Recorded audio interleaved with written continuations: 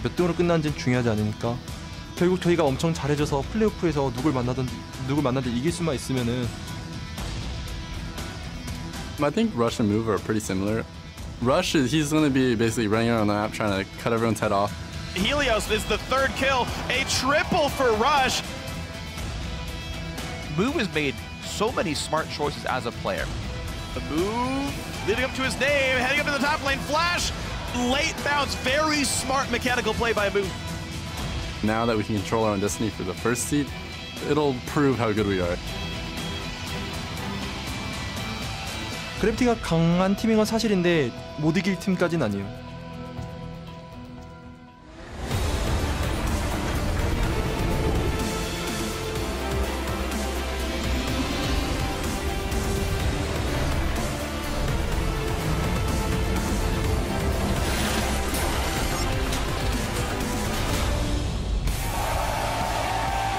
Welcome everyone to Week 9 of the North American League Championship Series, coming to you live from our studios here on the West Coast. Now we're heading into the final weekend of the regular season, and the fans are out in force to cheer on their favorite teams as they do some last-minute jockeying for playoff positioning. Now here you see Counter Logic Gaming arriving to the studio a little earlier. They'll be hitting the rift after our first game, Team 8 versus Liquid. There's Team 8 in the player lounge. They've got a tough weekend ahead of them as they try to hold on to 7th place. And here's Dominate and Quas along with the rest of Team Liquid warming up. Mark, the analyst, watchful eye over their shoulders. Hello, everyone. I'm James Dash Patterson, along with Aiden's Irene Moon and Sam Kobe Hartman Kensler. Gentlemen, we made it. Final weekend of the regular season. How do we feel? Did you have doubts that we would make it? I don't know. It was touch and go there for a second for Dash. We didn't tell him about it. All right, well, we have reached that final week of the regular season, and each team has exactly 2 games left to make their mark before playoffs. So let's take a look at how they're stacked up in the standings. In first place, it's Gravity. 1 game back. In second, we have CLG, Team Impulse, and Team Liquid. TSM is in 5th, followed by Team Dignitas in 6th. Then rounding out the standings, it's Team 8 in 7th, Cloud9 in 8th, and Enemy Esports in 9th. Team Dragon Knights are in 10th and have been auto-relegated. In today's lineup, we've got Team 8 taking on Team Liquid. Then it's Team Dignitas versus CLG, and a bit later, Enemy will do battle against TSM. We'll conclude the day with TDK trying to play spoiler as they go up against Cloud9. Then in our game of the week, we're highlighting Gravity versus Team Impulse. Both teams vying for that all-important first-round playoff bye.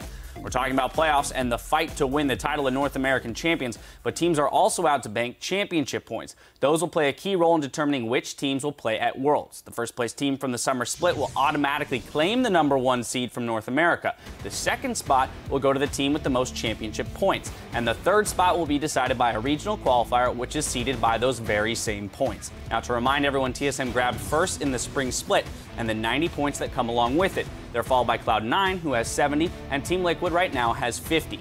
Those awards only increase with the summer split, where the second place team grabs 90, 70 go to third, and so on. Now, guys, at every level of the standings, the stakes are high, and this is one of the most competitive weeks we've ever had to close out a split.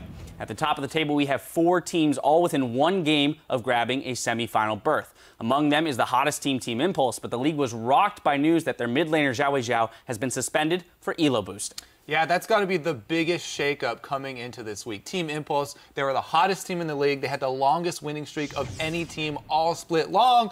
And now one of the defining players on their team, Xiao Zhao, is not going to be playing for the final week. This is huge. Yes, they were able to get Adrian back, though, so that's a good thing for them. They'll have him back on support, and we're going to move Gate over to mid lane and see how he does. It's going to be a rough week for him, though, because Impulse actually have the toughest schedule, I think, of any of the teams this week, because they're facing Gravity and Team Liquid, you know, 2 of those top teams. Yeah, Gate, though, he was originally a mid laner, so he'll just have to slot back into that position. We'll see how they do, but it's bad for TIP, but it's good for those teams that they're going to face, right? Team Liquid now ends up having a really easy schedule. They just have to play Team 8, and they have to play the wounded TIP. And Liquid is looking for one of those playoff buys, and they are one of the teams now that Phoenix looking like a mid laner who's in the top 2, Xiao Zhao out of the picture. I don't know if anybody can stop them from claiming one of those buys. Meanwhile, we jump over to CLG, who look to be over their midseason slump and could be a contender to grab one of those top spots. Yeah, I mean, they're on a win streak as well, albeit much shorter than Impulse's win streak. But CLG, they seem to have recovered. at least mentally, from their stumble in the mid-season. So that's very good for them. Also, their opponents are Dignitas and Team 8 this week. So they're feeling very confident moving towards one of those buys that you talked about. I think that they may have the easiest road to get to at least the tiebreaker position for the second buy. And they'll probably face Team Liquid, I think, now. Without their 1-1 split. Yeah. I really want to see that game 3 out of them. Well, then, of course, we have to talk about our first-place team, Gravity. They've got a 1-game head start, but there's a target on their backs by the rest of these teams. Yeah, the fact that they're #1, they didn't play like a #1 team last week. They struggled against. I have a small feeling that we won't see them play Vi again. I really hope. It's not more than a feeling. I just hope that they don't play Vi again. It was just a really poor performance. He did get the smites though. Move had to pull that game. But you can do that on any champion. Well, you can do. That's not a Vi specific. I know. They have to have a jump to get over the pit. Oh, I said I hope they don't play Vi, but Move had an okay performance in terms of smites. Overall, not very good, though. But yeah, they lost to Dignitas, and then they ended up having to fight really hard against Team 8. But it's a sigh of relief because they have a very easy schedule. And we've been saying easy schedule here at the desk a lot, but they play TDK, and they play Tip without Xiao Wei Xiao. So Gravity looks like they're going to get locked into that first-place spot. Almost no problem. Well, a lot of shuffling around can happen in those top slots there in the standings. But before we send it over to our casters to get us into the games, head over to Twitter and send in your questions for our resident league expert and all-around good guy, Jat. Hit us up with your questions about champion builds, playoffs, or general knowledge trivia by tweeting at LOL Esports and use the hashtag AskJat. He'll be joining us a bit later on the desk to answer a few of your questions. But now, without further ado, let's kick it over to our casters for Game 1. Thank you very much, Dash. What is up, everybody? I am David Freak Turley, and with me for our first 3 matches is Joshua Jat Leisman. How's it going, man? Is that a question, Freak? You got to tweet it in like the rest of them. Damn it. Okay, I'm sorry. Pay attention. He will tell me how he's doing a little while later in the show. It's fine. Guys, we're coming up with our first game of the day. It's Team 8 versus Team Liquid. Team 8, they are only 1 game ahead of Cloud9. They're battling for that 7th place spot, the guaranteed spot, the upcoming split, and they're close. Yeah, and honestly, Team 8, they've continued to show improvements and actually led Gravity in the first 30 minutes of their game last week. But time and time again, it's kind of late-game mistakes that are allowing enemy teams to make comebacks, and that's what happened in the Gravity game. Also, we have to note the Team 8 are 1-1 in their head-to-head with Cloud9. Also a 1-game lead on them in the standings. And with a tough schedule for Team 8, they're probably going to have to step it up if they want to avoid a tiebreaker at the end of the week. Yeah, that's going to be an interesting road for them. So even though Team Liquid are the favorites in this game, they are, of course, in this packed field vying for the second first-round bye here. And, of course, they can't afford to overlook Team 8. Just in case they're prepping for Team Impulse tomorrow. And honestly, Liquid look like a team that might be headed to Worlds here. And Quas says that motivation's at an all-time high for the team. And they're ready to leave it all in the Rift this weekend. Right now, we're really motivated on winning these matches this week. I think we're all been playing really well, and we are becoming more and more focused in our practice, which has been better for us. So we're not just being content with being high on the top. We want to be first or second for sure. Yeah, honestly, these guys definitely look very solid. All the players seem to be really firing on all cylinders here. 3rd place playoff team last time around, and now they're looking, to take that 2nd place spot and move into the playoffs. Yeah, it's been a very steady progression upwards for this team. Even if they have these little road bumps along the way, they are looking incredibly strong. Yeah, they've won 6 of the last 5. It's a good team overall. For now, we're going to check out the starting lineups. And on the blue side, Team 8. Kylie trolls up in the top lane, Porpoise in the jungle, Golden Glue in mid, Nian on AD carry, Dodo on support. And of course, the coach history teacher on the red side, it is Team Liquid with Quas in the top lane. I will dominate in the jungle, Phoenix in the mid lane, Pig on AD carry, and X Special on support. With Coach Peter behind them. Absolutely. Got the teamwork going on here. The coach is brought up by the co-caster here.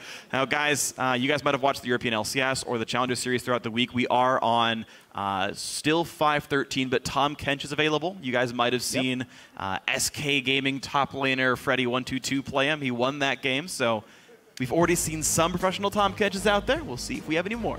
Yeah, obviously, the players that are going to be playing him, most people will have an idea of who's going to play it because they've been spamming it in solo queue as well as playing in a few scrims.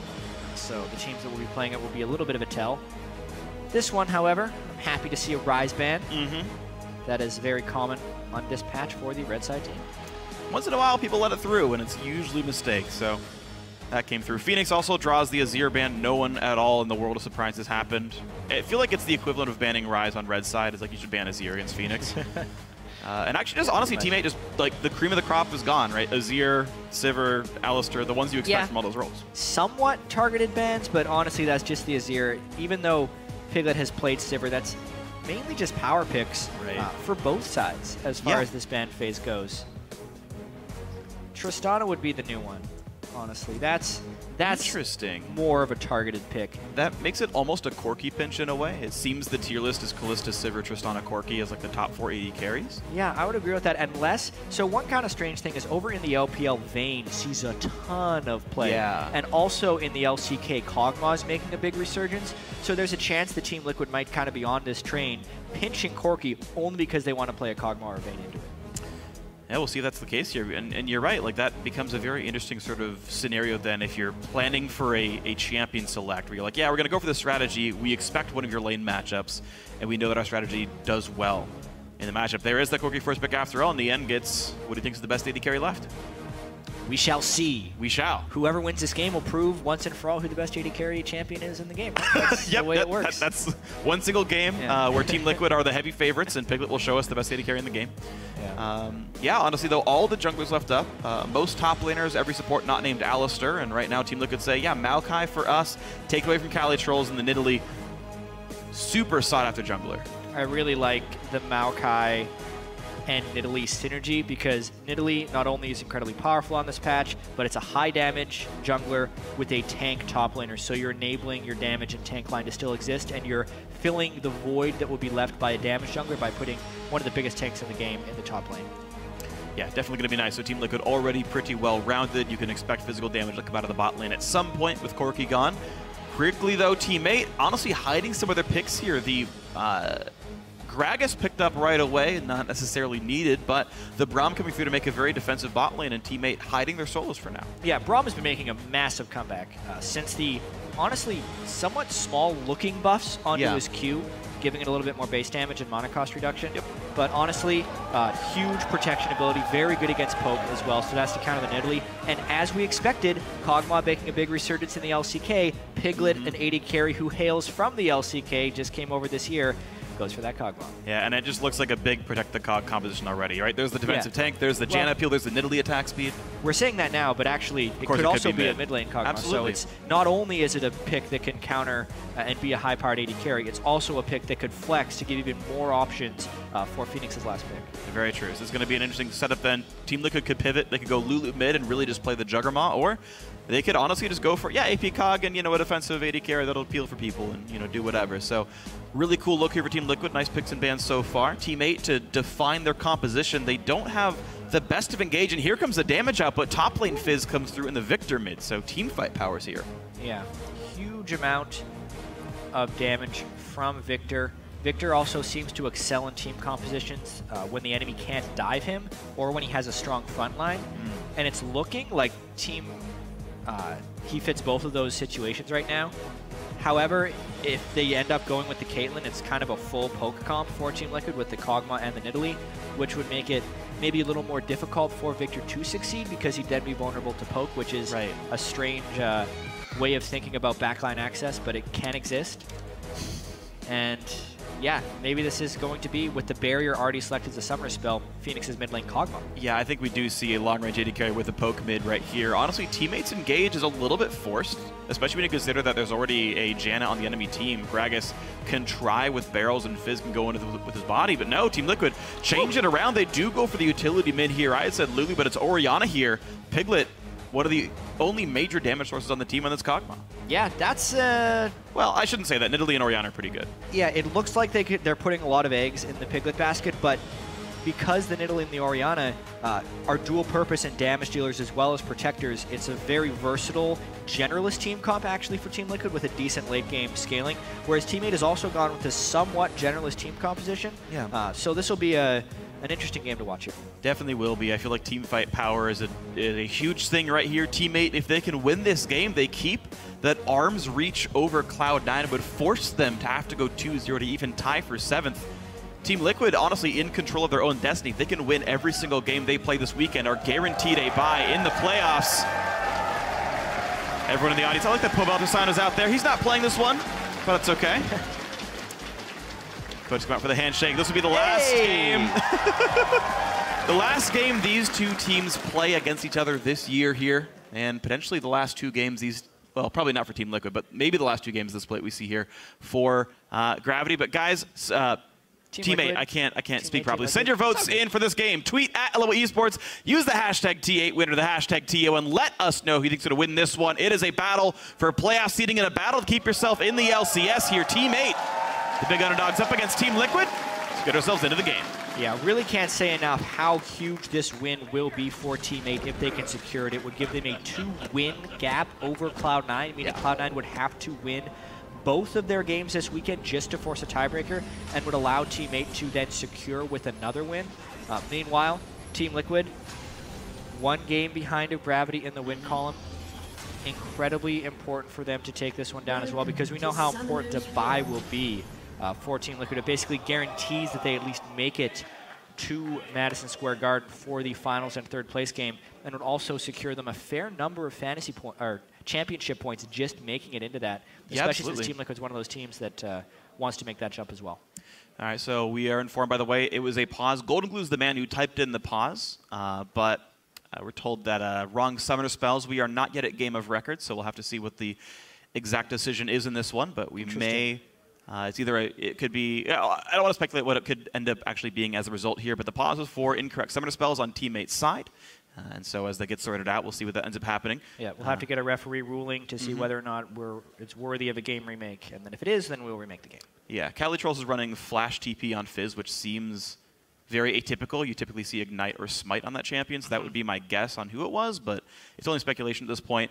So yeah, you mentioned it's not only a very important game where Team Liquid are playing for playoff spots and Teammate are playing to keep their LCS team alive without having to play in relegation, but as far as this game's actual matchup is concerned, it's 2 generally team fight focused teams, right? Team Liquid, you talked about how Nidalee and Orianna can deal damage, but it's still a big shield the Kog'Maw team. Right. Teammate actually have some cool split push with Cali Trolls as well as some good team fighting. Yeah, we'll talk about these team comps a little bit. One thing that will be kind of pivotal in this is whether or not Cali Trolls is able to get the game remake, because he has Flash Teleport on Fizz right now.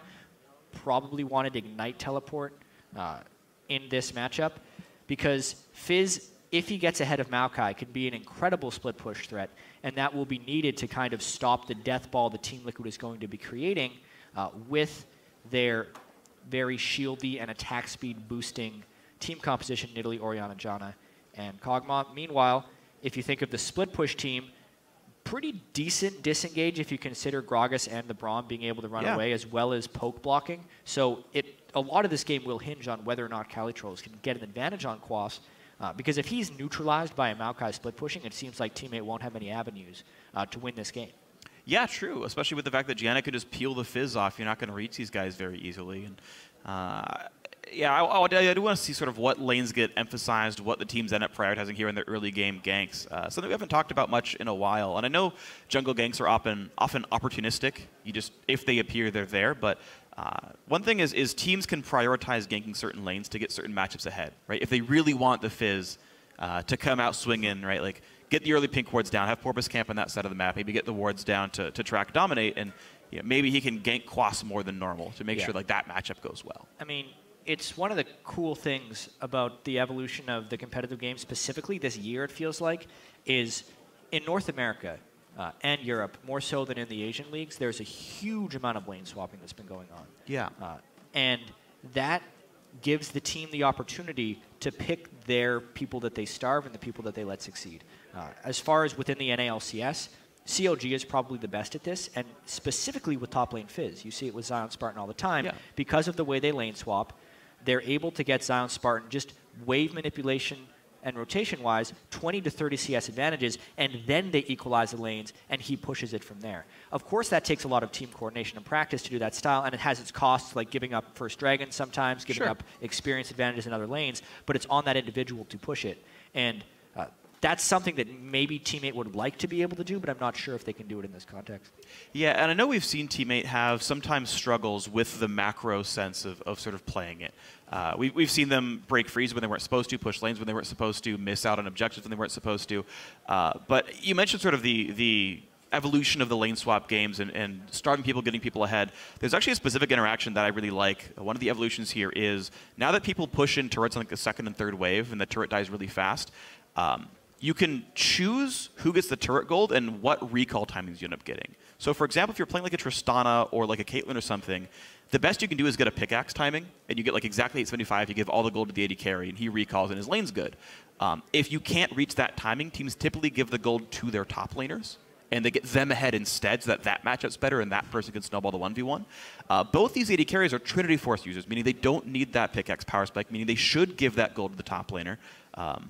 So theoretically, Calitrolls and Quas are actually a little bit pushed up in these and actually have accelerated gold compared to their teams. Well, it'll depend specifically on also what choices they decide to make, because while Quas will want to keep pace with Calitrolls, we're getting very into it. Obviously, the pause is still happening because the referees are deciding whether or not this is warranted of a remake. But because Kog'Maw is so powerful once he hits his power spike, and because they have the Nidalee and the Janna to make him more powerful, you don't necessarily want to sacrifice your AD carry farm for your top laner, since your top laner is much less of a carry. And I'm just interested to see the choices these teams make and whether they're executed properly. Because if one team messes up and the other team doesn't, then you're going to have both the top laner and the AD carry with CS differentials by 10 minutes. That's true. Then it becomes a really fun, interesting, lopsided matchup. Now, guys, we are getting ourselves back into the game. The referees have decided that there will not be a remake. There will not be a re-choice of summoner spells. The decision being that Calitrolls had already seen his opponent's summoners, and summoners are blind picked in League of Legends. So no reactions allowed. Calitrolls want different summoners. He will not get them. We are back into the game, the first of the weekend. Teammate, again, hoping to hold on to that 7th place spot. Team Liquid in control to get a playoff bye if they can win out. Yeah, and we see, obviously, Teammate is going for the forced lane swap where they move and get deep wards to try and spot out the enemy. Dominate was expecting that. He did a great form swap to reset his auto attack, which is what you need to do if you want to get the 3rd hit on the ward. Whereas Teammate did not have anyone retreated since they wanted to do a full 5-man invade. And Team Liquid has the vision advantage early. It's interesting, actually. Team Liquid only... Oh, no, they did get a couple of good wards down. Yeah, they have the vision advantage, right? They saw the invade. They came down. So they have one that watches the lane swap. They also have one that'll watch people go towards the Raptor camp. And they'll even dodge these trinkets for a little bit here. So Team Liquid will get to assign their top lane. Yeah, look at that. Oh, Dominate! Well, he got pinged, but... He's like right on the edge of it, too. Oh, Piglet's definitely going to All right, well... The thing with these wards is they will be able to tell you where they've walked by, but it doesn't give the team enough time to react. Right. It does seem like Team Liquid may have lost this guessing game a little bit. I'm not sure if they would have wanted the standard lanes. Kog'Maw, Janna, we'll see how they play it out. I would expect it to be a better 2-on-2 for Teammate specifically. Yeah, probably. But yeah, either way, it is going to be a lane swap game. Both top laners are duo jungling with their junglers. And Piglet misses the first CS of the game. Starting out cold. Tilting. Yeah, he's tilted. Right off the bat. Uh-oh, Nian did it too. Though they did Krugs on the way in, so that's actually forgivable. And it's going to be a pretty fast push here for the Teammate duo. Yeah, it looks like they're going to shove as hard as they can so that they can get back into the matchup here. Especially already recalled to start the way towards bot lane, it looks like. Yeah, this is interesting because if Quas is going to teleport in, he generally needs 2 extra people there to support him, and he's getting collapsed on 4 people right now. I think this was a really ill-advised teleport by Quas because he can get 4-man Doe without any help right now. And here comes the attempt. Who's going to pull aggro? Dodo's going to do it and walks backwards, gets rooted up. He might have to flash away from this one. Nope, walks away cleanly. Quas still focused. Calitrolls is aggro. Calitrolls jumps up and dodges it all. Porpoise flashes out. He will get killed, but it's still worth it for Teammate. A great first blood. A 4-man dive should be executed for a clean kill, but Quas does a bit of an outplay right there. The turret aggro is swapped a little bit sloppily for Teammate. Porpoise couldn't quite get out of the turret aggro by the end of it. That's a strange thing. Normally you want someone on the very outside taking the first aggro and then just kind of sitting with it while the dive happens, but that was all mismanaged there by Teammate. I feel like Dodo tanked as many as he could, but probably we'll have way. to watch it again. But yeah, if we've seen hundreds of turrets. No, you're right. You're absolutely if right. It's 4 men versus 1, and they're all level 2. The 4 should be able to kill without a death. Great play by Quas, obviously, to get a kill, and that's going to be a huge swing here since Piglet all the while is farming, and they weren't necessarily punished for that 4v1 TP. And actually, Piglet managed to create a freeze as well. So Calitrolls teleported back into the bot lane to 1v1 Quas. The duo of Teammate are slowly and surely. Oops, yeah, that minion kind of screwed him up there, Piglet. But yeah, the dual lane now, if teammate has to walk in slowly and get into that matchup, but it's going to give a pretty big golden XP lead to the Team Liquid AD carry. Yeah, and Kog'Maw also scales very well off of levels. Him and Corki have actually fairly similar power curves, except the Kog'Maw is much stronger later. So once they hit the Trinity Force, they'll both be very strong. Yeah. And now, really, Team 8 has no option but to just swap and meet at this point. No teleport advantage really built up. Dota, though, spending some time making sure there are wards down to try to track I Will Dominate for the next minute. And maybe we can have Teammate play an aggressive game that can punish Piglet. Now, Teammate's dual lane are only missing the one summoner spell. It's just Nien's heal that he used to try to get one of his teammates out. So this actually should be a decent 2-on-2, especially with the items coming in for Nien. The longsword will definitely help him here.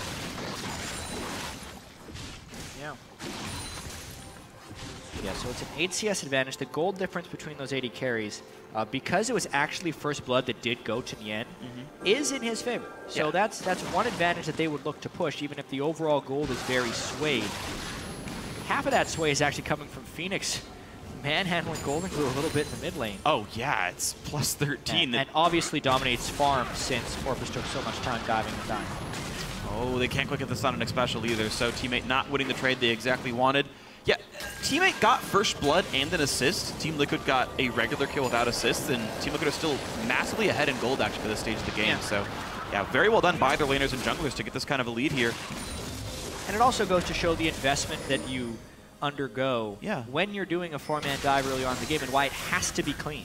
Because especially if it's clean, then they can go and take other objectives afterwards, whether it be the turret or the dragon. They were able to get none of those things.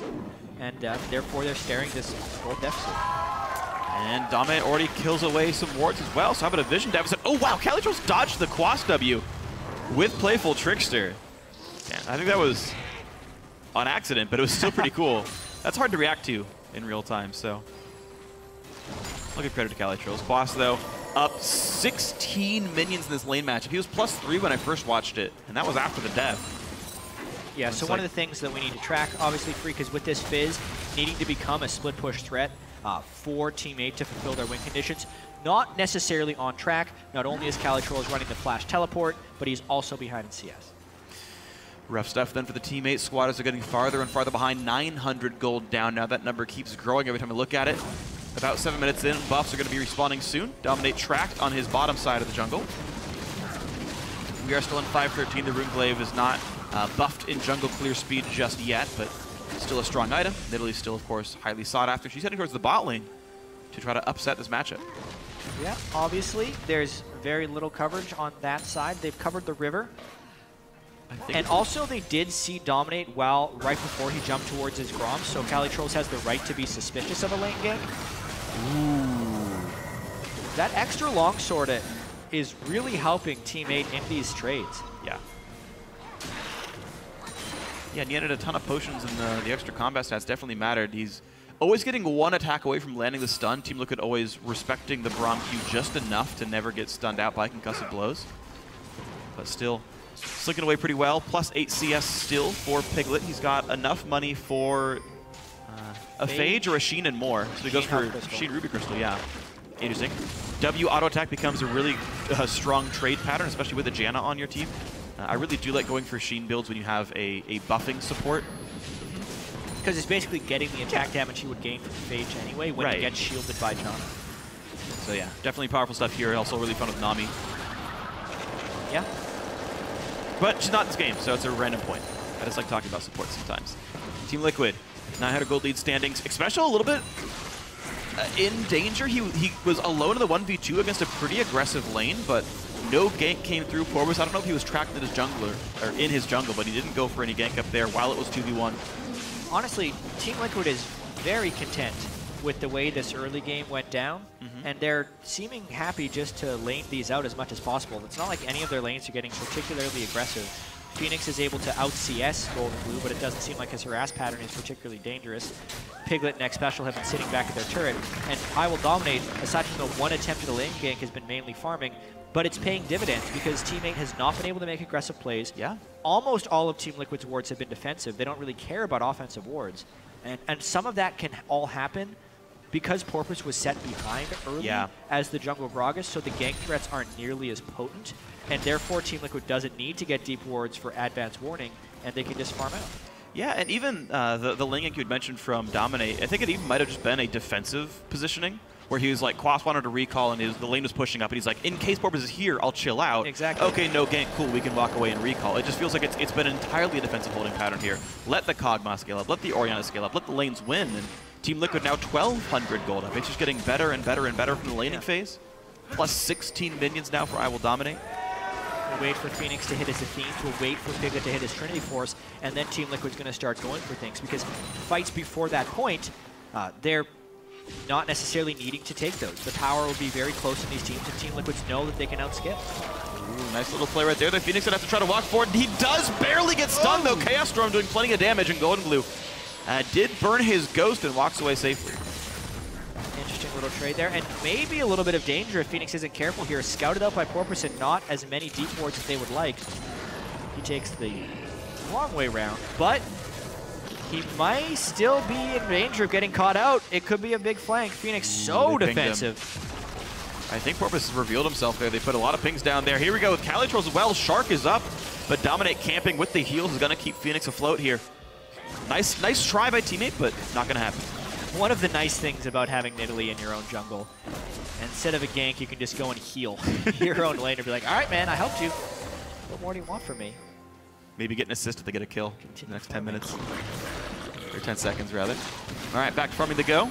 Porpoise, though, down 21 CS, has not revealed himself really. Oh, hold on, there's the ulti up onto it. They really want this kill. They will land the stun. A lot of damage down. Oh, what a great ulti by Janna. Dodo stuck under the turret, but the exhaust coming in. The TP's now to keep the fight afloat here, and Dodo forced to flash away. Nien rooted up. I believe he might have Valkyrie, but here comes Calitrol as well. Dodo, one hit from dead, forced to walk away. Nien still on the run. The flash ulti! Oh, man, Quas picks up one. He might want the second. Can he get it?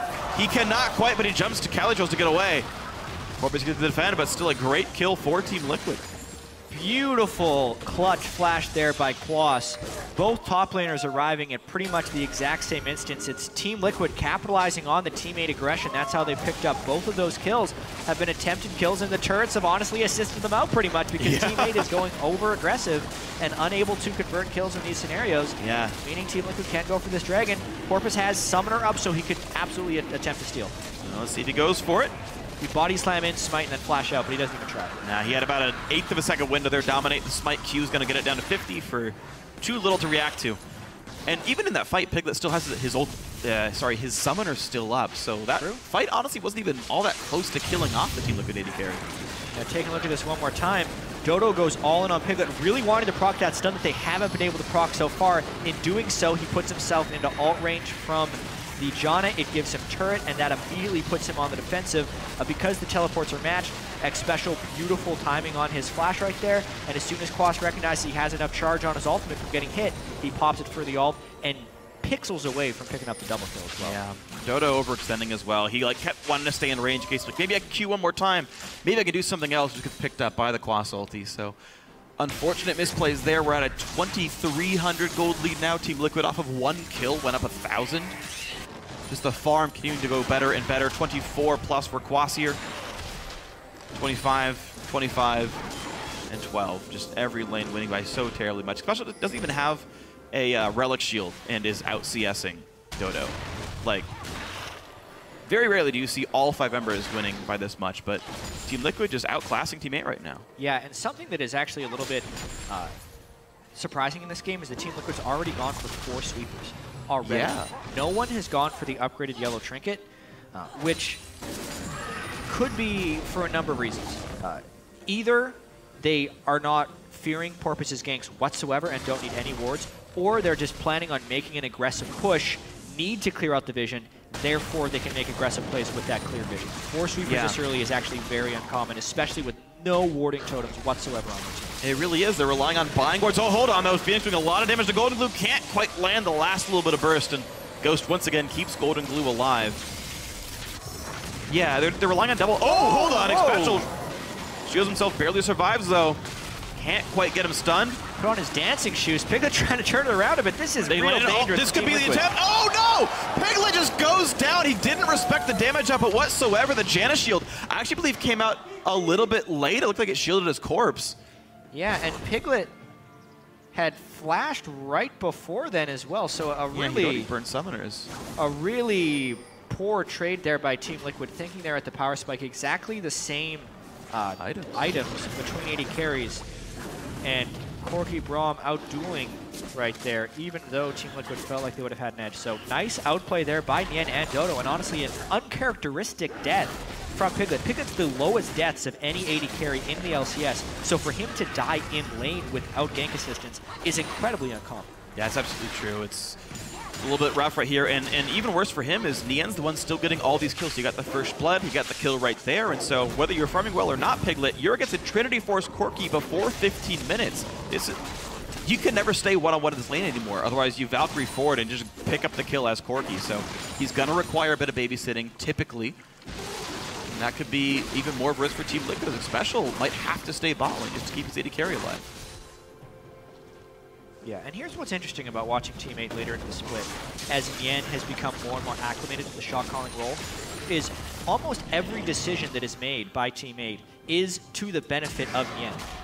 Even from the very early game in this matchup, where we think one of the win conditions is Cali Trolls versus Quas, they're going for the 4-man dive, and Nien is picking up first blood to give him that slight edge. Right. Games last week, Nien has 100 more CS than everyone else on his team because Team 8 is grouping early and everyone is giving the CS to him. Yep. This is another one of these situations. Obviously, this game, he more created his own advantage there because they 2v2 destroyed. They just 2v2 killed Piglet and Special. But expect this farm number from Nien to accelerate the later we get into the game, because when they start grouping, it's probably the shot calling 80 carry that's going to be getting the farm. Darn right. I know all too well how that one goes. It's so fun to have all the gold in your team, and that's going to be probably the playstyle for Nien here. We'll see how he adapts over the years, but right now this is probably the way that Team 8 is playing. 2,400 gold lead, though, still Team Liquid up sizably in the early game. The first dragon was already theirs, and we're a minute and a half from the second one here. Team Liquid, though, still honestly playing a pretty slow game. All of their kills have been off of Team 8 being aggressive and Team Liquid just reacting. Yeah. And they're happy to keep reacting. And specifically right now, Team Liquid does need to be on the defensive, maybe even for the next dragon, unless they get an amazing prep for it. Because if they walk into that fight, given or not their 2,000 gold lead, with a Trinity Force Corki versus their non-Trinity Force Kog'Maw, if they play things wrong, they could give their lead right back. But if they just sacrifice a dragon, maintain their farm advantages in mid, jungle, and top lane, and just wait for Piglet to hit his Trinity Force, they're going to be completely fine. Yeah, it looks honestly pretty solid for Team Liquid right here. Also worth pointing out, Dominate has taken a page from Move's book, Sightstone Nidalee. Yeah. We hadn't seen anyone play that up until this split here, and looks like everyone's learning from the master himself. Feels like they kind of accepted their lack of vision there and are making things to remedy that. Quas changed his trinket into an upgraded warding totem, and Dominate picked up a Sightstone. So now we should see an adequate amount of wards coming down from Team Liquid. Interesting that Quas traded back and forth. Yeah, we normally do see that warding totem for the top laner. Dominate going to ward behind Dragon, wants that prepped, but Dodo is already warded inside the Dragon Pit itself, so steal some knowledge for Team 8, regardless. Kog'Maw has already recalled for his Trinity Force. Team 8 did not push for a Dragon while he was in base. They didn't do anything at all. In fact, they're recalling Nien late. Yeah. And he's going to be off the map when there's an attempt for Dragon, potentially. Team 8 completely missing their power spike opportunity right there. Yeah. That was their window to try and make it back into the game, and now they're going to need either that dragon. They're going to need a Team Liquid mistake or an outplay in order to do this. Maybe now, if they can get Phoenix to recall, and then go for Dragon, but it's going to be tricky because Dominate can just heal him up a little bit, and they're going to have an ultimate discrepancy in those mid laners. That's true. Yeah, now it's actually Team Liquid that can go for the Dragon because, hey, Victor just used ult, or he still has hers. And Golden Blue can't heal himself. He has Sword Shoes, but that might not matter at all. Look how fast this thing's going down. Dominate gets it for himself. Nicely done. Team Liquid, 2 dragons in a row, no contest. And Team 8 continuing the trend of really not playing around the objective respawns very well. Yeah, it's true. Surprisingly, some of the more team-oriented things are not falling in the favor of teammate. It was one of their strengths when they first arrived in the LCS, and everyone thought their teamwork was going to have to overcome some of their individual play. But this game, it's actually some of their individual play has been strong, like the 2v2 kill by Nyan and Dodo, but the team calls have been off. Well, unfortunate stuff here then as Team Liquid continue to bleed out of this game. 2,600 gold lead here. Growing at a slower pace for what that's worth. The top laner still staying at about that plus-minus 20. Jungler still pretty far apart, and the slow churn of dragons coming in, a good thing for Team Liquid here. Now, as you had mentioned, the Triforce being done for Kog'Maw does open up some possibilities here. Phoenix, though, not quite on his next item. We'll see what that ends up being, but at some point, I feel like Team Liquid will actually go for a turret kill. Yeah, Team Liquid, when they've been winning games lately, has actually been able to kind of turn it on at any point and then explode the game once they feel like they've reached their power spike. As an example, when they crushed Enemy last week, I don't have the exact numbers, but these are going to be very close. They had something like a 1,000 or 2,000 gold lead by 10 minutes, but then between the 10-minute mark and the 25-minute mark, they extended it by about 1,000 gold a minute. Oh, jeez. And they had about a 15,000 gold lead by the end of it because they just crushed pretty much every team fight and forced them frequently as soon as they had that big advantage. And Team Liquid was slowly growing their small advantage into a big advantage, but if this is the Team Liquid that wants to be the best team in North America and what they're probably capable of, as soon as they feel like they have a big advantage, it might just explode in the game. I think that could definitely happen. We could see the items coming through pretty soon. The Abyssal Scepter, not far away from I Will Dominate. The Frozen Heart, probably not far from Quas either. And soon the Death Cap or something will come in for Phoenix. And I think it's like one more item comes through and then everything kind of explodes for these guys. Dominate has been farming up an absolute storm. He's got more gold than either Piglet or Quas on his team. He's just farming up massively. He's only barely behind Phoenix here, who's been crushing it. Yeah. 230 CS in 20 minutes. We mention it fairly frequently, but it's worth echoing here. Jungle CS is very misleading as far as the strength of that player. Again, they trade ultimates for a Ghost. That's the third time we've seen that interaction. Same trade over and over. Going Abyssal to win these trades Phoenix better. always keeping both summoner spells. Yeah. Throughout this. But mainly, the jungle CS is misleading because the jungle camps are worth more, and the bonus gold you get from the jungle item. Killing Gromp gives the jungler about 100 gold, but only counts as 1 CS. Whereas you kill 4 minions, 17 gold for that one, 17 gold for the next one. Sometimes you're killing 5 or 6 things before you're reaching the same gold the jungler can get from a Gromp. All right, well, finally the first turret comes down. Phoenix slowly working that down. Golden Glue missing the ulti and the Ghost was enough for the push in. Dominate showing up, and it's even conveniently timed with the blue buff respawning. So Team Liquid maybe starting to rev their engines a little bit, shift it past first gear, and hit the gas just a little bit here. Yeah, Kelly Troll swapped to mid. They're turning on their turret killing powers, perhaps. 2 turrets down. Wow, yeah. Calitroll just leaves top lane open, of course, with the Nidalee behind him off the blue buff kill. He has to hide away, but mid lane answered back.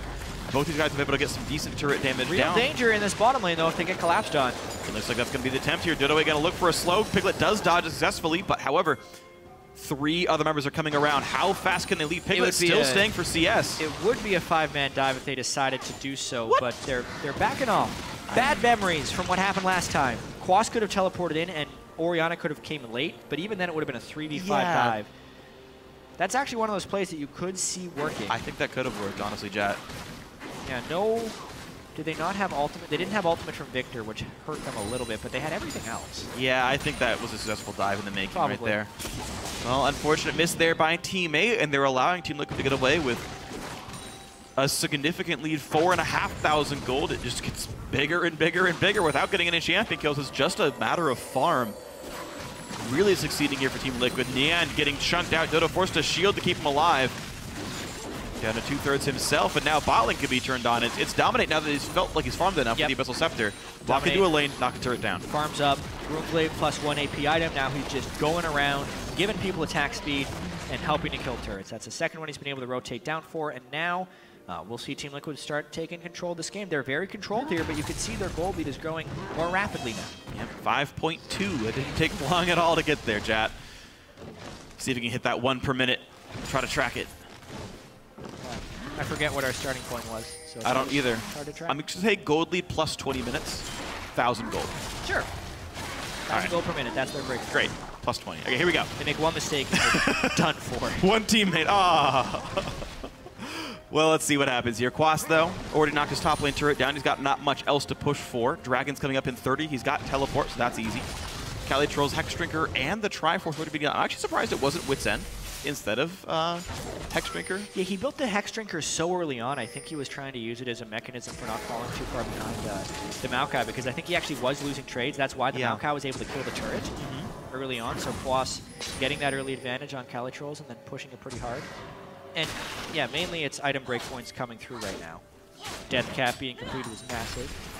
Close to Blade of the Rune King as well from Piglet. He's 600 gold shy, roughly. But it's not going to happen in time for this Dragon to respawn. Number 3 on the table. Team Liquid happy to play the laning phase into Dragons, into laning phase into Dragons. And this time around, Teammate actually do want to contest, but of course they've given up so much gold before this point. It's actually a fairly difficult battle to be a part of. Piglet trying to poke, not nearly the same as Illusion's Kog'Maw. Yeah. At the time, Team 8 is maybe trying to posture mid lane a little bit, but they'd have to get all the way to the interior turret, and they need a pick. So basically, Porpoise would have to body slam Flash right onto a squishy target and make it to a point where he can't be disengaged by the Janna. Otherwise, they're going to be kind of in danger to this Nidalee poke.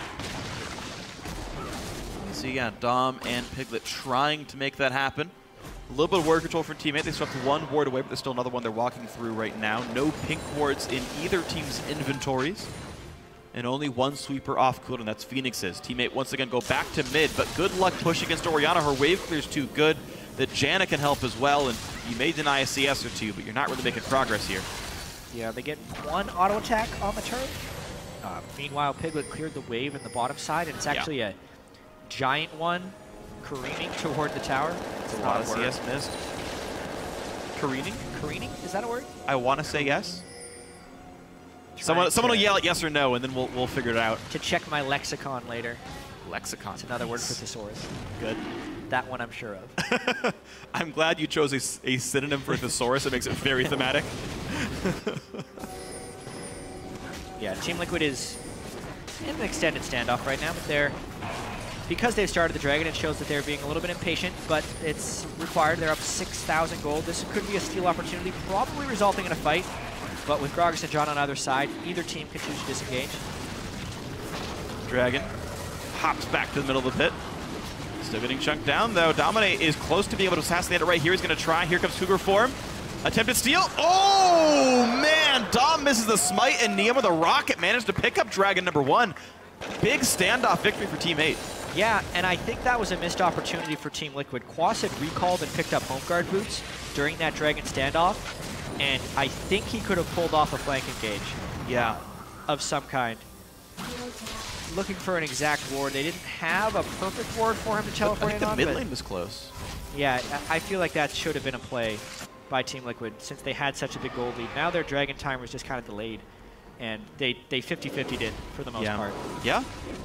You expect it to be easy with Nidalee, but just the spikes came through at the wrong time. I don't think she Q'd or smited, so just it all got bursted all at once.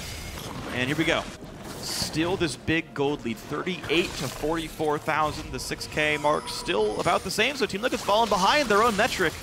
It stopped growing. Yeah, let's take a look at this steal once again. Okay, so Porpoise smited. 980 to 0. Yeah, his Q a Corky Rocket and his smite. Really nicely timed. Yeah, honestly. We've learned some of the same lexicon, chat. Truthfully, it was hard. Indeed, it was difficult. Yep. All right, well, Team 8 showing a few signs of life here. The slow, methodical game of Team Liquid, it's not objectively wrong. They've got a Kog'Maw, they've got an Nidalee. They'll scale just fine in the late game. Their only single tank in Maokai could definitely use some more items to make sure he can't die in a team fight. But the advantage isn't going anywhere. Tier 2 turret's much harder to kill, and Dragon now far away, and slowly but surely Team 8 are finding things to do in the end. Get sent top lane on the split push. There's no Dragon to fight for. Why even be there? So top side he goes. Turret goes down. Team Liquid not answering. Oh dear. There's a collapse happening. Oh, good luck. Nian does some decent damage to Dominate. Flash the way he's one hit from getting killed. Goes down. Peglet gets him. Does really take down Dominate, but Burned both summoners too. It feels like Nian was pretty much dead to right. Should have just kept his summoner spells. Yeah, I think so. Accept your fate. During that, one thing I will say, I want to touch on Quas's Maokai build. Okay. Because this is a patch where Righteous Glory has been nerfed, and Rod of Ages has been changed a little bit. Because for a long time, pretty much every solo lane Maokai build consisted of a catalyst item of some kind. Yeah. But we've been seeing this a little bit more if people don't want to go for the immediate Righteous Glory but still want to just be a full tank Maokai. They just do the Frozen Heart Spirit Visage. It's a bit of mana, it's not as much, so he can't hold his ultimate on for an extremely long amount of time. Right. But you still become incredibly tanky very early. I'm wondering if if this is going to become the de facto Maokai build, or if we're even going to see a rotation back to Rod of Ages at some point. If people are actually not happy about Righteous Glory anymore after the nerfs. Yeah, I personally wouldn't think Ro is all that good with the significant loss of health. I don't think it works as easily for the big tanks. It's also more AP heavy. Yeah, than it used to be. Which isn't bad. Like, dealing damage is a nice thing, but he's a soul tank. I wouldn't see it working in this game at least. It's also worth pointing out, Quas is like up against pretty much a 5x magic damage team and did still go Frozen Heart. I know people criticized Dyrus for that build where he got too much armor against a magic heavy team, but... Well, here's the difference. Okay. Dyrus, at like 40 minutes, was sitting on sub 100 magic resist. That's a fair point. Even though Quas has a Frozen Heart, he's still at 185, 205 when he's in the Aegis Aura. That's fair. So he's got double the MR that Dyrus has. Like, there's a difference between going Frozen Heart Tabby and like a Glate and like a Randuin's. Yeah. No, you're right. Compared to Mercury Tread's double Spectre's Cal build. That's true. And obviously he has like no true health item, but he's getting that through his MR items. So it's a super tanky build for Quas. He's basically just maximizing his tank stats as much as he can, and he will be reducing damage from the Fizz with the Frozen Heart. Yeah, he has 660 health from the various items in his inventory, so it can't be too bad. And he's even got shields, right? Like, you don't need to buy as much health when you've got pseudo health from Nidalee, Orianna, Janna, and then Janna again, and then Kog'Maw. So the resists are the most important thing. And he's got them. Speaking of which, this might be a time to explain the concept of effective health. Ah, yeah. Because it almost multiplies with shields and heals. Although Calitrolls is going for the turret. I want to make sure I have a window to explain this, but there's maybe a fight brewing with Gragas in the mid lane. This is full attack Fizz, by the way. He's going Ruin King third. He is not going to be tanking this one. Yeah, so every point of armor or magic resist you have makes 1% more of damage it will take to kill you. So if someone has 100 armor, it takes 200 damage to do 100 damage. Yeah. If they have 200 armor, it's another 100 damage to do that amount of damage. Yeah. So therefore, if you're shielding someone who has 300 magic resist, if it's a 200-point shield, it's I power creep my numbers. It'll take 800 damage to get through a 200-point shield. Because of the 300 MR. Yes. Right? So therefore, building resistances with shields and heals is doubly effective and more efficient than just building health. Therefore, that's why Quas's very resist-heavy build is nearly impossible to kill with this shield team from Team Liquid.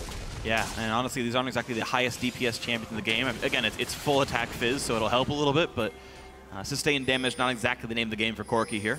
Certainly not the name of the game for Gragas, so good luck getting through the tank, who's going for his Banshee's Veil next. Nice, heavy MR stacking for him. And of course, Special did rush Locket, and I think we expect to see Talisman of Ascension before too terribly long, as we got the Nomad's Medallion. We are not yet at Zeke's Harbinger patch, although that'd be nice to see on Kog'Maw. Maybe we get to see the Ardent Sensor, but that's a pipe dream and much later on in the build regardless. Team Liquid getting ready for Dragon number 4 on the map, but keep in mind Baron is, of course, also on the table, so big map movements are going to be important here. Nian going to go for the solo. This is no one's around. Overprioritization of Baron by Team Liquid, and they're taking their sweet time with this scaling game that they're playing. Yeah, this does feel a little bit sloppy, though. Like, when you have a 6,000 gold lead, how do you let people take dragons from you? It is. That was a very sloppy move. As was not forcing a teleport play. Flash useful. Actually, to be fair with how badly... Well, so they just saw Nian bottom lane, and they just burned Flash from the top laner. Yeah. Plus, they cleared out the vision on the Baron. Yeah, nice. So, Team Liquid playing the long con, saying go ahead and take Dragon, but the Porky shouldn't have been bot lane here. This is going to be a Baron picked up cleanly and easily for Team Liquid. 33.5 minutes in, that is theirs. And they're shifting into second gear. In the end, it's not what you do. Yeah, you can't leave your non-teleport champions bot lane. Yeah, that had to go to Cali Trolls. Especially the AD carry. It's something that Doublelift used to be criticized for all the time, was farming a lane bottom wave while the team could threaten Baron. That's exactly what just happened from Team Liquid. Making up for giving away the Dragon, obviously, as soon as it was shown the end bottom lane. Easy Baron call for Team Liquid. Now they can push. And they're going to keep happening. And shields on a Piglet, easy to do. Dominate there with the attack speed as well. There you go. Tier 2 mid lane is gone. Team Liquid not showing signs of stopping just yet. They've got just enough mana to keep fighting. And the next wave comes in soon, though. Cali Trolls is still split pushing. Quas does not have TP, and Cali does. So a mismatch there means Quas has to stay mid. Yeah, it also means that Team Liquid will want to dive in on this wave. If the pushing is still prostered by Cali Trolls, they're doing as much damage as they can right here. Porpoise chugged out. Man, Piglet doing a great job of just over on the wings. Dodo's shield actually didn't block really any of the damage there. It came up, but no one was hitting the turret just yet. And Cali Trolls actually recalled back instead of waiting for a dive to happen and TPing in to try and counter. So any possible advantage the teammate could have gained on that is lost now. Yeah, honestly, again, it's weird choice made by Team 8 here, where it just doesn't seem like they're making the right ones in the macro game. A lot of the time here, Team Liquid can't make Siege number 2 happen. No cannon mid in this wave, and they don't really commit for it. No one recalled just yet, but still playing defensively. There are still some flank wards up as well. You can see 2 pinks in the river, and one by the blue buff, so there's still home guard TPs available for the teammate top laner, if he buys home guard, that is. Back he goes up to this side of the map. Cali Troll's going to get some more farm and maybe make up that level gap he has underneath Quas. Oh, Blade of the Ruin King is going full offensive fizz, so that's really not a team fighting build whatsoever. He's really trying to push that split push advantage, which is again surprising because he could have opened some of the gates if he would have pushed on the side wave right there. That'd be a dead turret. Could have easily gotten a dead turret, but instead it is not a dead turret. It's an alive turret.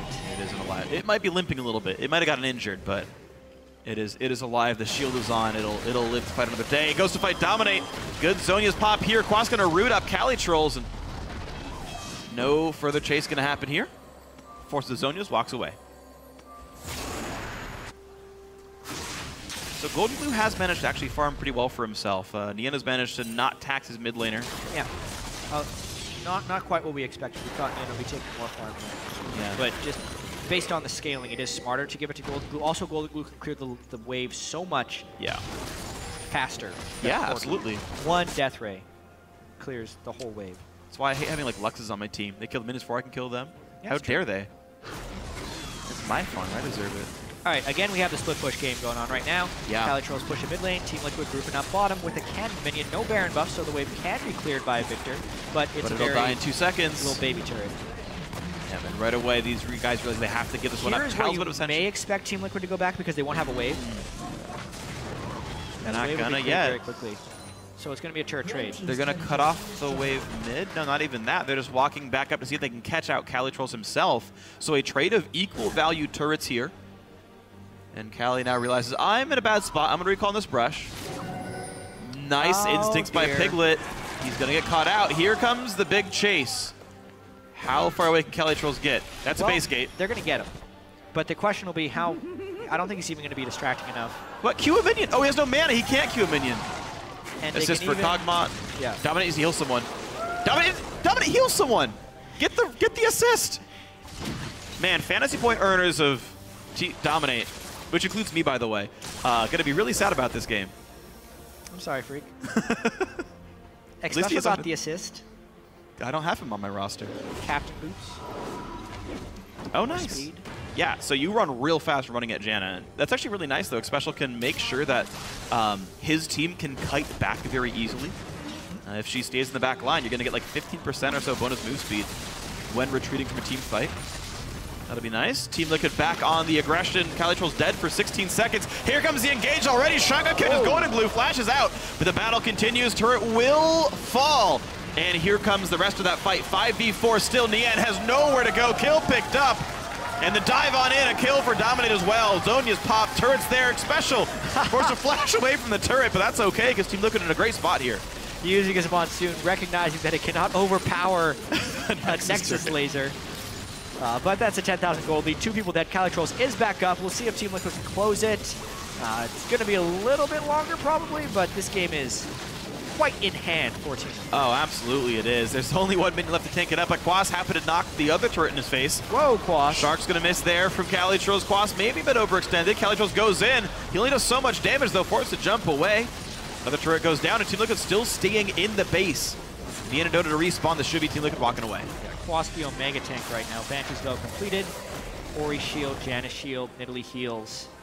A lot of stuff to keep him alive.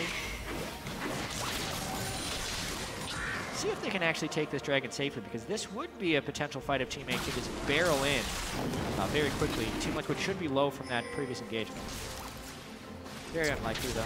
We'll see if they can get that to happen.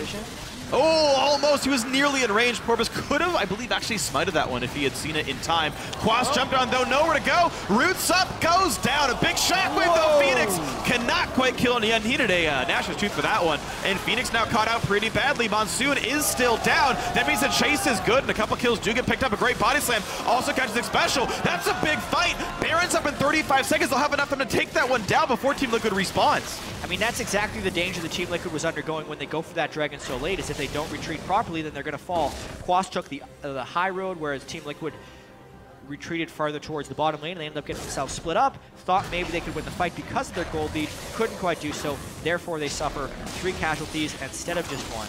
But with the way the respawn timers are and how low Team 8 also got from that fight, I don't think the Baron is a realistic. They're home guarding over, though. Looks like they're really trying, but maybe they didn't. Yeah, it looks like you're right. It's not going to happen there. I really would have liked to see the risky Baron rush call, but Dominant, of course, is alive with Smite, and Quas had teleport, so it looks like it will be the slower play. Although Team 8 are still heading this direction. I mean, it's 10 seconds on Orianna and 5 on the Janna. I think they're clearing the waves and going for it. Actually, this is... They made TP. it. You're right. It is the home guard move. Kali can TP. This is the Baron move. It's just a Nidalee and a Maokai and soon to be a Kog'Maw. What? But they missed like every possible engage tool. That. He also had Banshee's Veil to block things, but now it's Piglet free hitting with the attack speed. It's a 3v5. Really low health. Thodos nearly dead. Porpoise about to get chunked down. Also, Quas is way too tanky to go down, and the reinforcements have arrived. Janus here. Nien cannot outfight Quas, and that's 3 kills picked up in an outright 4v5. Ooh. Nice kill by Golden knocks down Dominate, but this is way too much done. It's a 4-for-1. Teammate opted into the fight. They couldn't get the picks they wanted. Team Liquid could close the game out. Yeah, Piglet and Quas are strong in this match. And that was evident right there. The hyper tank build coming out with Quas. He built his 3rd Spectre's Cowl on top of his Banshee's Veil and his Spirit Visage. Doesn't even make anything. Untouchable. It makes him unkillable. Yes, in this it does. Game. That's going to be the game. 4, 2, and 5. Ironically, the most deaths in the game, but Super Tank Quas had an absolutely amazing game for himself.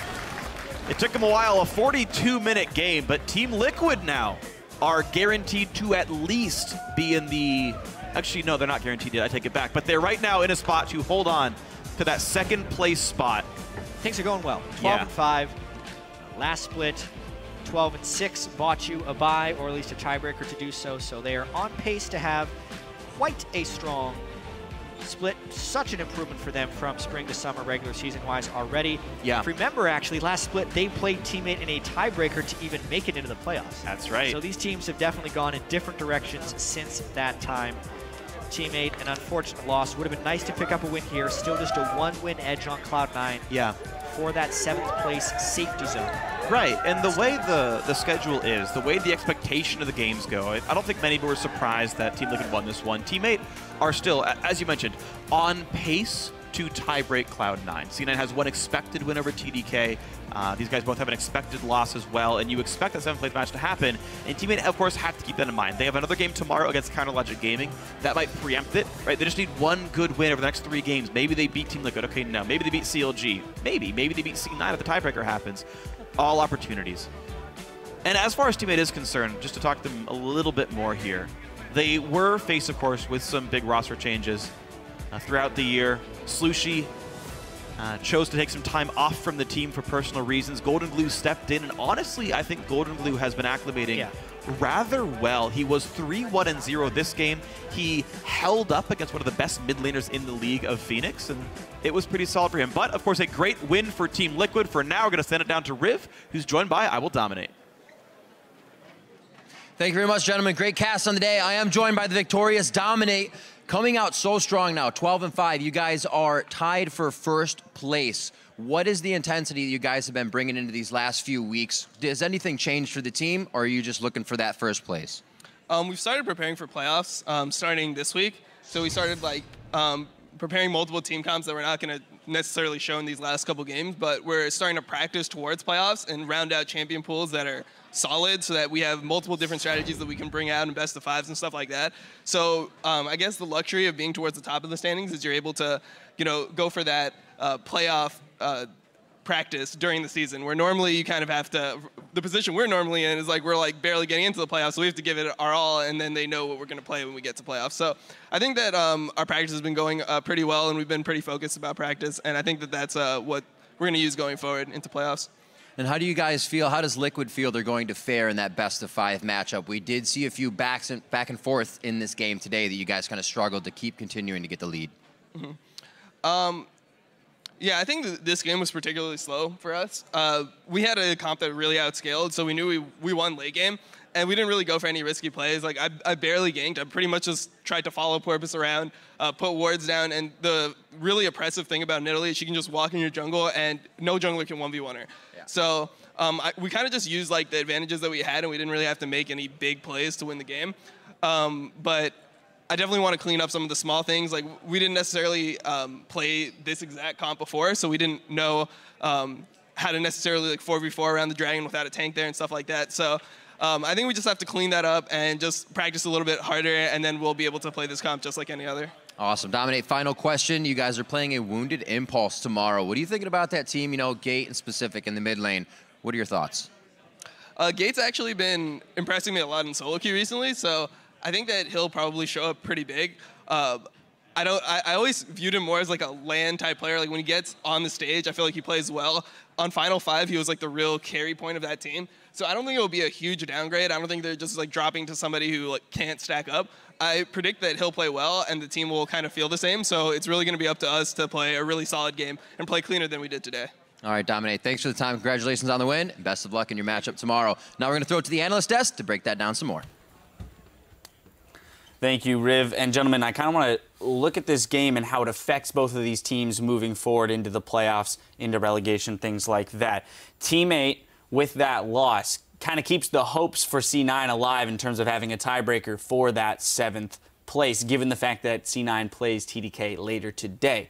Now, with this game, though, Team 8, they got behind pretty decently early, and that's got to be a worry against a Cloud9 team that has had some very fast games. The 2 fastest games all split, actually, when they get an early lead. So that's very scary. That tower dive that they pulled off 4 versus 1 and were unable to execute on definitely set them really far behind. And as Dominate said, they had the outscaling comp. So if you get the lead that early, all you have to do is sit on it. They outfarmed in almost every single lane. And like you said, it was a pretty slow and easy game for them to execute. And then the way that it ended as well, there are some scary things for Team 8 here. The timing on that Baron, they started it a bit late. And then, obviously, it did not go well after Quas teleported in. There's also some scary things for Team Liquid, because they played to their win condition, and then at the very end, they got caught out, and they took a fight where if they were actually even in gold, it wouldn't have gone their way, even if a little gap closed in terms of gold. Piglet also got killed in the 2 versus 2, especially when Piglet lost that heads up, so that's another thing to worry about a little bit. Good to see Dominate recognize some of those things and saying that, overall, we have a solid strategy. We're even working on new strategies. It's cleaning up those mechanical mistakes, those positioning, the choice to make a team fight where they maybe shouldn't have. So cleaning up their game is going to be a big thing for them. But with that win, they're only a half game back from Gravity, which puts them in a pretty great position when they're looking towards that first round bye. And when I'm looking at Team Liquid in the past, every time they made playoffs, they got reverse swept, right? But who are they reverse swept by? It's usually Cloud9. Cloud9's not going to be in the playoffs. So who's going to stop Team Liquid from going into the finals and coming up if they do get that first round bye? Even if they don't, this is a Team Liquid that's having more time to focus on champion pools, round them out, prepare for the best of fives, instead of preparing for getting into playoffs. It's not going to be Xiao Xiao again. He's not playing anymore. Well, that's the thing. They have to be confident going into tomorrow against an Impulse, roster that is being swapped around and hasn't had much practice time. All right, well, we'll see if they can do that. Up next, we've got Team Dignitas taking on CLG. Keep it tuned right here. The North American LCS continues after this.